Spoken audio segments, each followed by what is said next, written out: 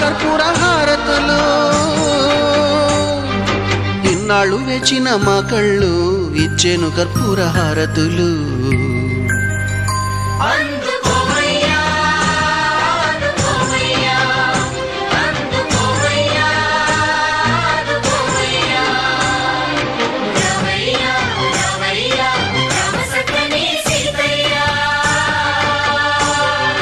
రావయ్యా రావయ్యా రామ సక్కని సీతయ్య.